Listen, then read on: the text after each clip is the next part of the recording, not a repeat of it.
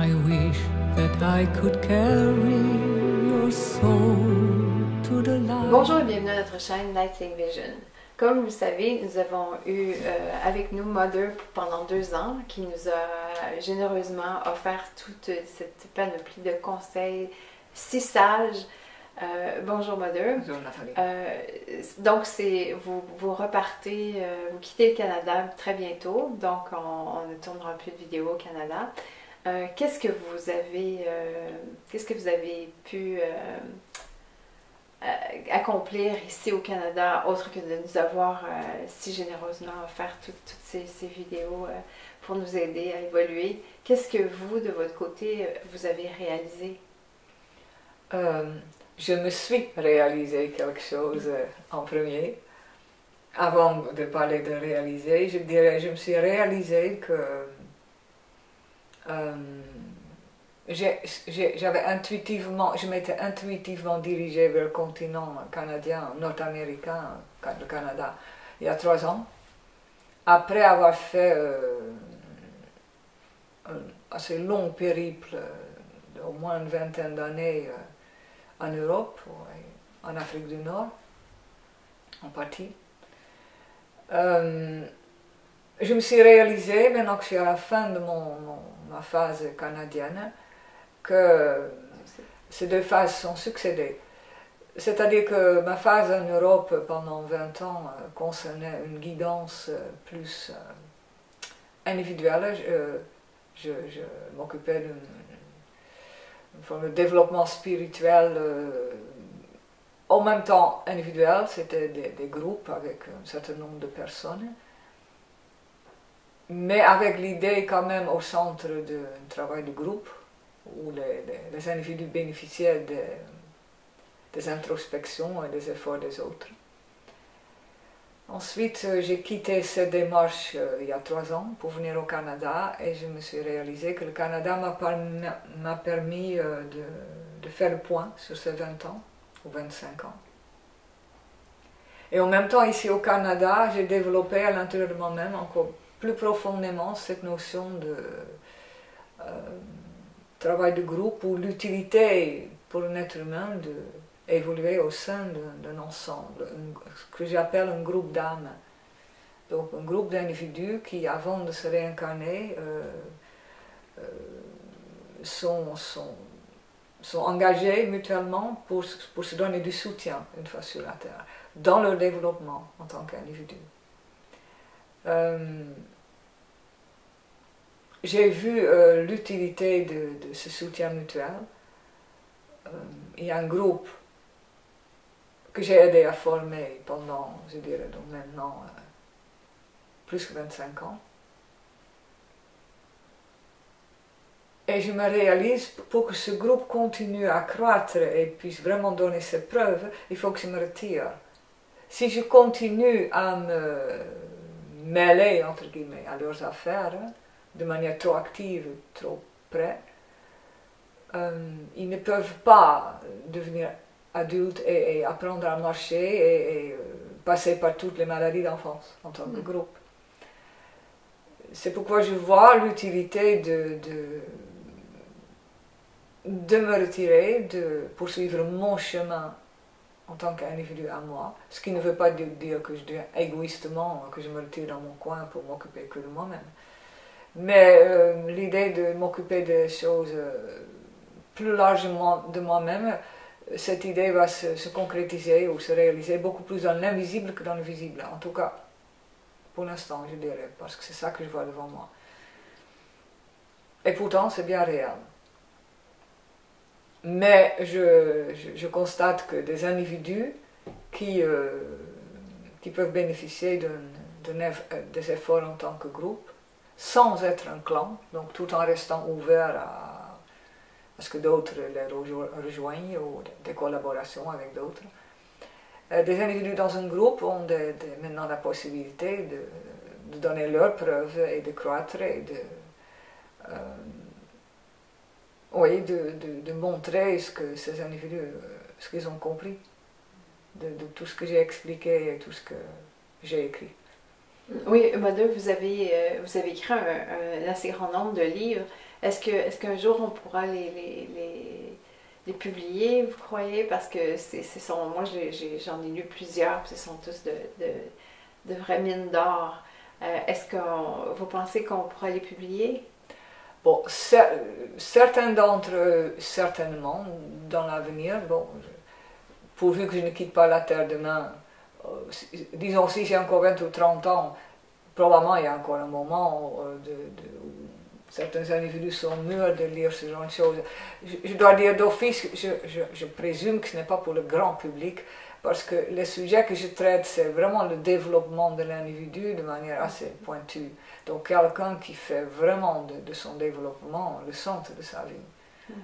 Et bon, ici il y a un livre que j'ai acheté à l'époque, il y a longtemps déjà, en Inde, qu'on m'avait recommandé, qui s'appelle New Lives, écrit par Malcolm Tillis.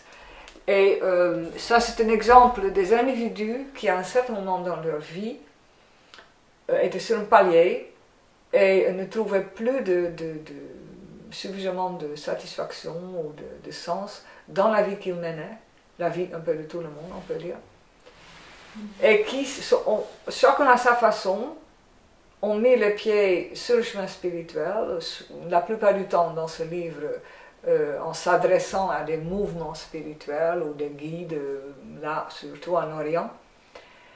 Mais en Occident, il y a des teachers aussi. Des bons et des moins bons. Il faut bien discerner. Mais c'est l'idée qu'un individu va à la recherche de plus de sens à sa vie, plus d'intériorisation. Mes livres parlent de cette démarche, de vraiment donner un autre sens à ta vie et d'aller à la recherche de ce que tu es vraiment en tant qu'âme et la raison pourquoi tu es venu. Bon, pour l'instant, ça ce n'est pas le sujet auquel s'intéresse le grand monde. Ça va peut-être venir. Ça viendra certainement. Mais il y a des livres parmi mes livres que mes anciens élèves qui ont formé un groupe vont certainement éditer un jour. Il y a des livres qui peuvent s'y prêter, tout à fait. Et avec un léger remaniement aussi du contenu pour le rendre un peu plus compréhensible à un public plus grand, ça vaut certainement la peine. Pour moi, ce que j'ai vu, c'est que avant qu'un individu va vraiment mettre le sens de sa vie au centre de sa vie, il y a déjà une phase préliminaire dans laquelle un individu cherche au moins des réponses déjà pour son vécu tout court. Ça, c'est une phase qui est très intéressante. Et moi, j'appelle ça apprendre à lire dans le livre de la nature vivante.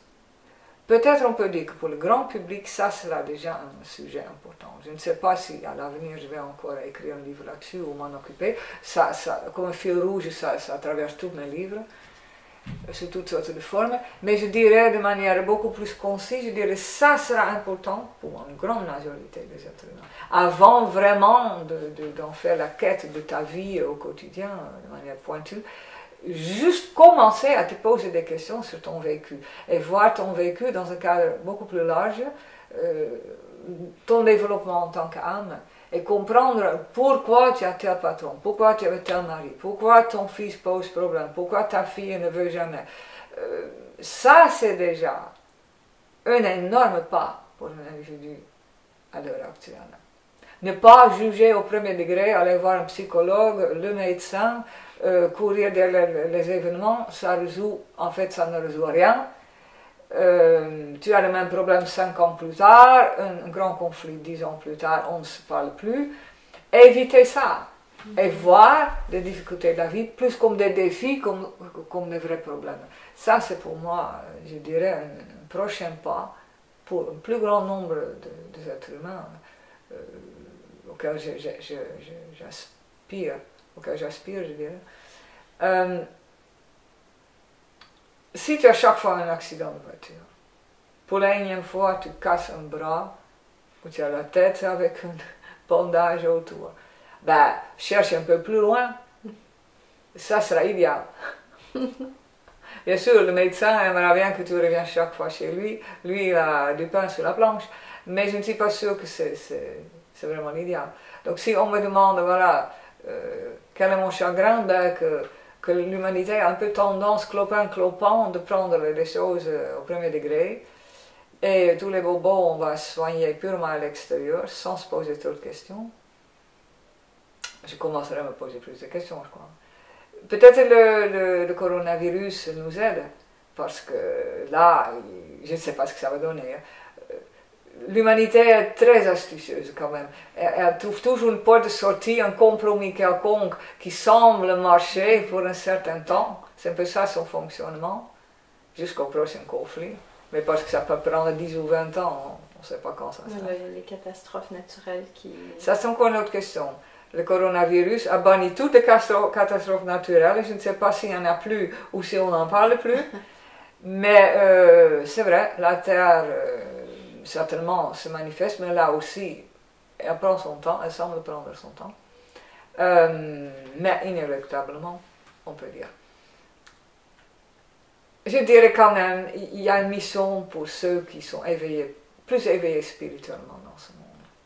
Non seulement au niveau de l'écologie, d'un autre mode de vie. Je crois à un avenir, et je pense que dans ce sens, le coronavirus et les événements naturels vont nous pousser dans ce sens, en tout cas un certain nombre d'entre nous, mais la majorité sera obligée de suivre, parce que je pense que la nature ne va pas s'arrêter devant ce n'est pas le coronavirus qui va remédier à tous les problèmes écologiques. Mais tu vois autant le coronavirus dans ce sens et les catastrophes, les dégâts naturels, insister sous une forme ou une autre à ce que ceux qui sont le plus éveillés spirituellement, le plus écolo, le plus biolo, le plus recherche de soi, à montrer plus leur couleur.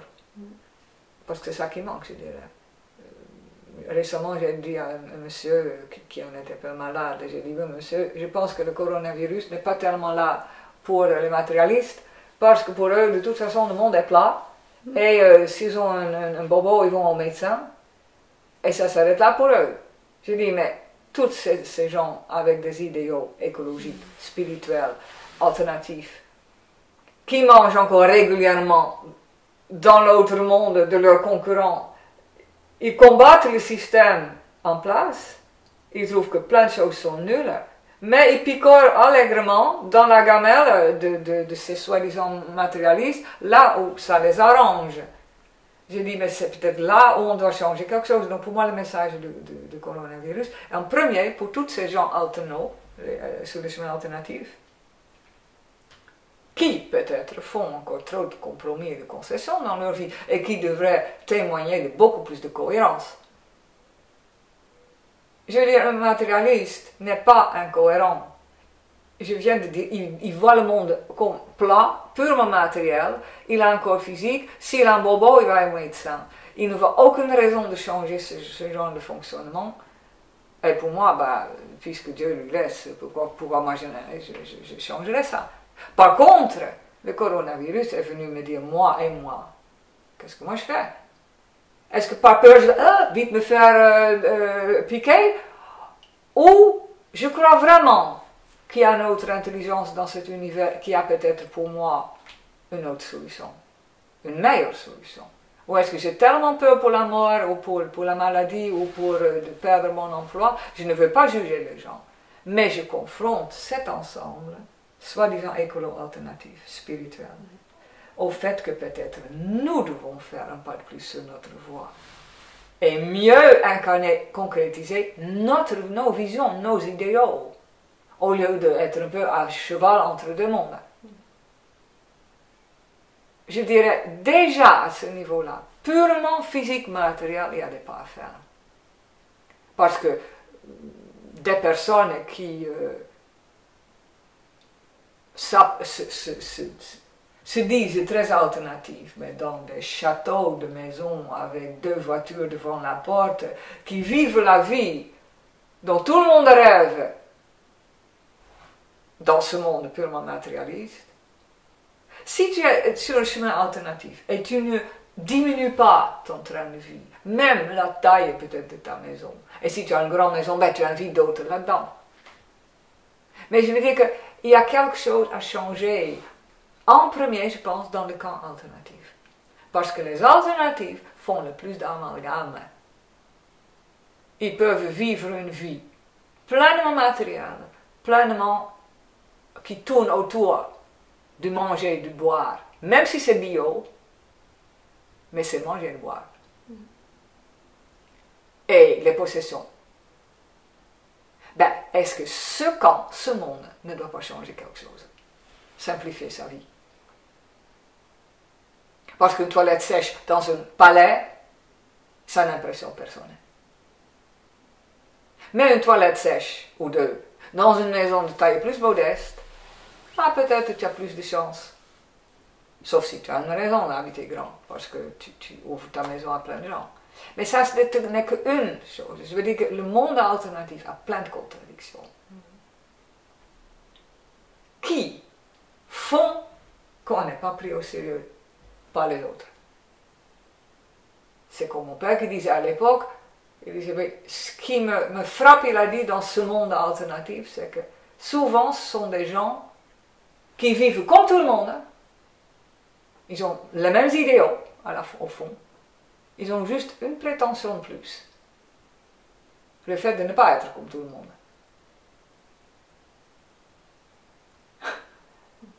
Mais ils cherchent le même nombre de voitures, le même genre de maison, même train de vie, tout en bio, tout en alterno, tout en écolo.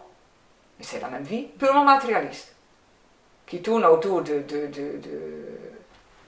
l'abondance purement physique. Mais est-ce que c'est ça? Je pense que le coronavirus et les problèmes écologiques de l'environnement vont obliger le camp alternatif spirituel en premier de montrer sa couleur et d'arrêter de faire des amalgames et de toutes sortes de compromis là où il ne faut plus.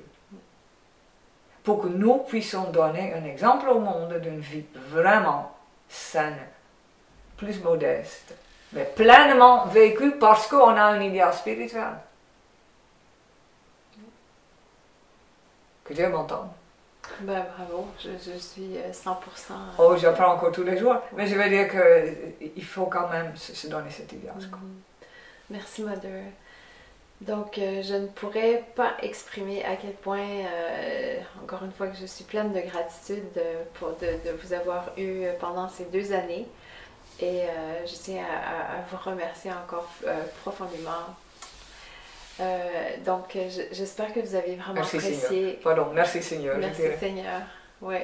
Donc, c'est ça. Donc, j'espère que vous réalisez à quel point nous avons été chanceux d'avoir cette présence incroyable, lumineuse.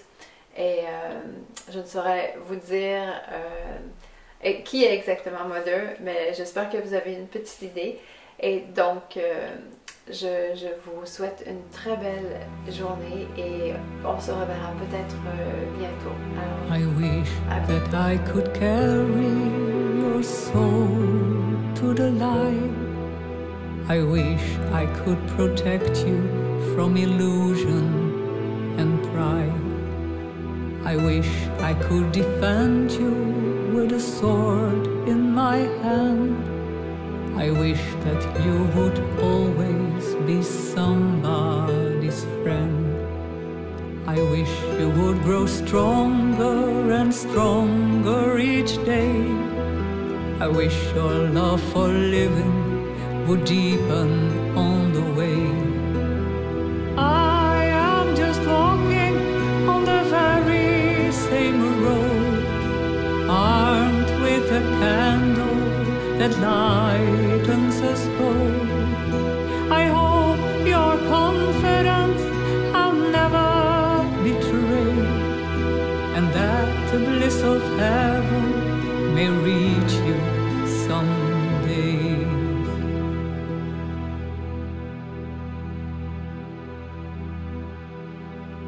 I wish you would seek a meaning in all that you meet. I wish that you would never give way to envy or greed. I wish you would be open for beauty and truth.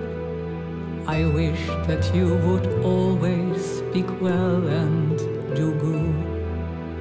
I wish you would have the courage to show who you are and tell the world around you what you have learned so far. I am just walking on the very same road, armed with a candle that lightens us both. I hope you're confident I'll never betray, and that the bliss of heaven may reach you someday.